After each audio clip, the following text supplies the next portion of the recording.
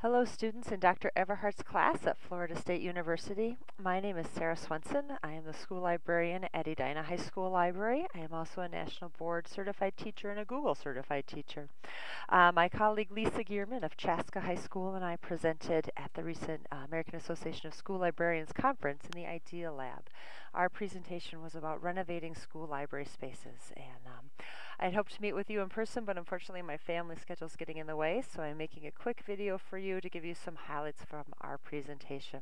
So with that, I'll take you through the slides, and I'll also send the link to Dr. Everhart, and she can share it with you as well.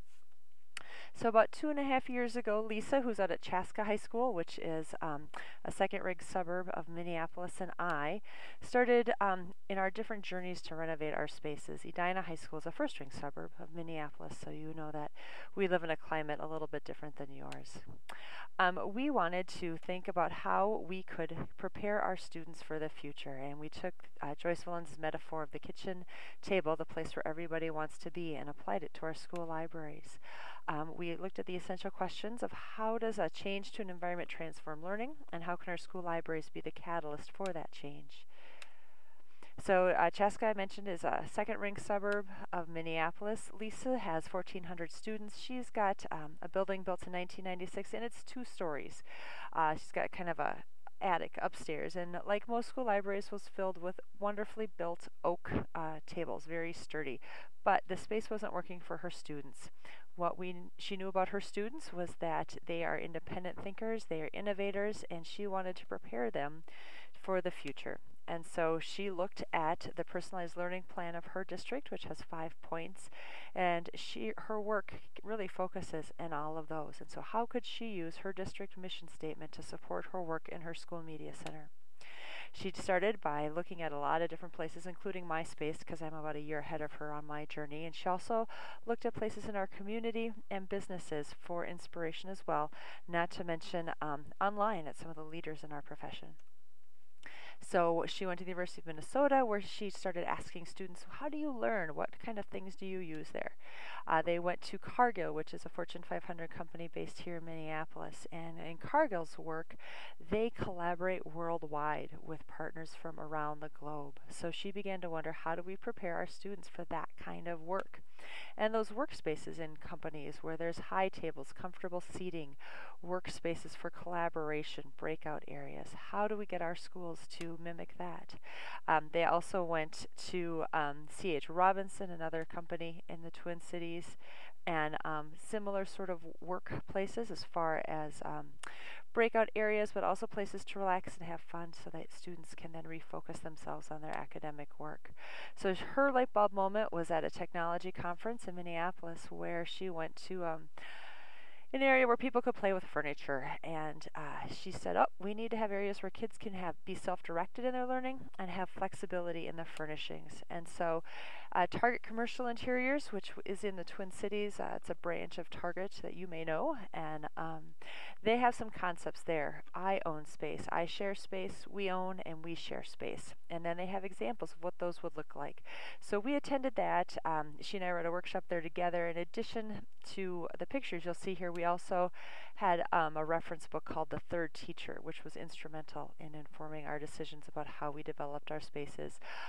In this picture here, you can see there's spaces that are what we would call kind of like a cave space, where people can work quietly, sort of I own space, or this is called a like a watering hole space. People can gather around and share ideas. So, and then you have bigger spaces like we own and we share. And here's your high top table. So back to the Joyce Villen's kitchen metaphor idea. So she tried to figure out, what does active learning look like in the school library? If the bum is numb, the brain is the same. Here's The Third Teacher that I mentioned. You can find that book. It's an excellent resource. But the idea is there's no for another room. How do you make your space flexible and adaptable? And how do you provide spaces where kids can get messy and do different things? So she lucked out. Target was having a TED Talk in their space, and she worked with them, and they brought all their furniture out and set up a test lab for her with all the furniture. And the kids liked the node chairs. They liked the high top tables. They liked these tables with the whiteboards on the end and the buoy chairs. All this furniture comes from a vendor called Steelcase. You can look Steelcase up. I have their same furniture. Neither Lisa nor I rep them, but we like it because it is industrial lifetime guarantee kind of stuff. At their website, steelcase.edu, they give you the philosophy behind why their furniture is designed the way that it is. Dr. Lenny Scott is an educational thinker who is on their full-time staff who helps create their furniture with education and students in mind. So Lisa sought out inputs from students. Here's a picture you can see of this upper level at her library, and big thumbs up from the kids. They like it a lot. She used a tool called Flipgrid, which is created by the University of Minnesota. Kids can give a 90-second video report. So that's another tool that you could check out. And then their seniors do a capstone project, and so she worked with 2 young women last year who built a site to describe the changes that had gone on in their space there. And so now they've got some refurnished, new and repurposed space. They've got these flexible tables on wheels. They've got a monitor on a stand and a big whiteboard on wheels as well. She also put in a Red Cat sound system to make it easier for people to hear. She got a dock camera and is doing some things with Legos. Both Lisa and I have had great success with getting Legos from parents. We've just sent out notes on the parent listservs asking if anyone had Legos, they'd be willing to share. So that's worked out well for us. So, here we go back to that I own, I share, we own, we share space idea. And this is what the teaching space in her library now looks like. She's got the movable tables and the movable chairs on wheels, and she lets the kids and the teachers adapt them as they want for how they want to do their learning. Next up, it says they're going to do some more implementation as funding allows. I will send Dr. Everhart the link to the workshop that Lisa's hosting in her building this weekend around personalized learning spaces. Some fun, exciting things going on there. Edina High School is located in first ring suburb of Minneapolis. We abut Minneapolis, and you know that we're from Minnesota, and we play a lot of hockey in Minnesota, and Edina High School is particularly gifted at playing hockey, so I always like to put a picture of the kids in there. I started by asking the students, why do you like to come to the library? And they had lots of great reasons. To get a book, to bother the tech guys. Here's my TA, Zach. He comes because he wanted to take a nap. Isn't that great? So with that, what I knew is our students know that they matter, and the library is a place they like to come because we see them, we greet them, we talk with them, we teach them and learn with them. They know that they're an important part of the school. Our building is a 1980s building, not a lot of windows. This is one of the few windows on the floor in my area because in the 1980s the architectural philosophy was don't put in windows, the outdoors is distracting. So architectural philosophy has shifted since then, but we are still living with it now. I have a very large library. I had 3 formal teaching areas filled with these lovely oak wooden tables and those nice, sturdy, very hard to sit on chairs. So we needed to make some changes around that. The kids told me that they study better if they have comfy chairs. The girls said we love tables, but we need more power plugs in. Connor really wanted beanbags, and I said no to beanbags. So we wanted to repurpose our bookcases to define specific spaces in the library and also put in new furniture. Part of a school librarian's job is a little bit of marketing too, so we tried to be clever and creative to get kids and teachers excited about what was coming their way in different areas. So what I did is I really decreased my print collection, and then I repurposed my bookshelves to cordon off different areas of the library to create different learning environments for students. We have high tables and booth seating for our students. We have these node chairs. You can see Oliver and Pixie sit in those. Parker and Sam are over here in booth seating. Those are super popular. I have a post and beam structure in the back of the library with high tables. There's translucent shades that come in between to give kids a little bit of privacy. And then near the front of the library, we put in some reception style seating. You can see the kids really like working in these areas. Here's Lillian and Kyle sitting at our campfire table in the buoy chairs.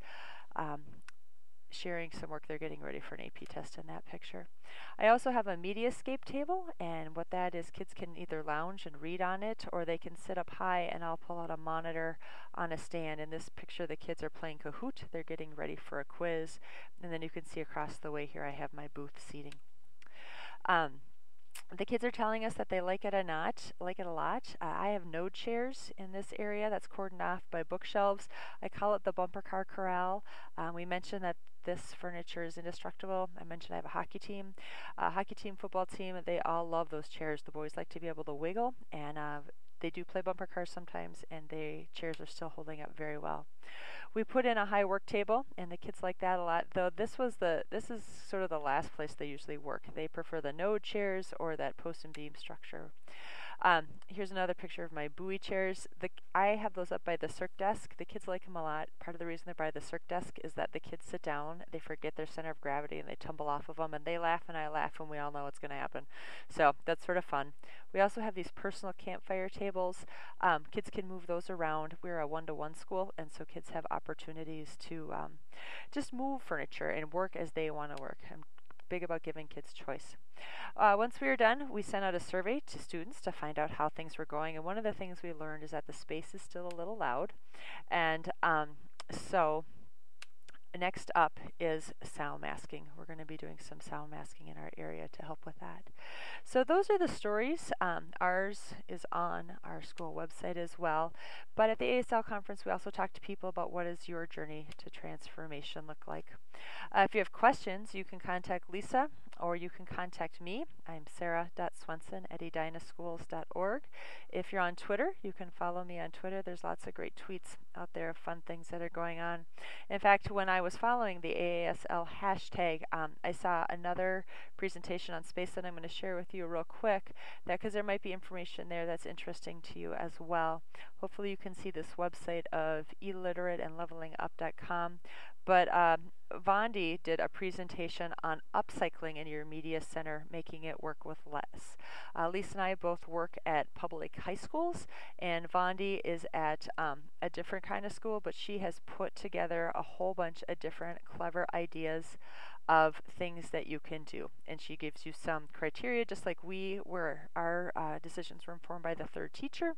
She's got some things there, and she shows you different ideas. So I thought between what we've done in our areas and Vondi's work, you would have some good ideas. So I hope that's helpful to you, and appreciate your time and watching with us.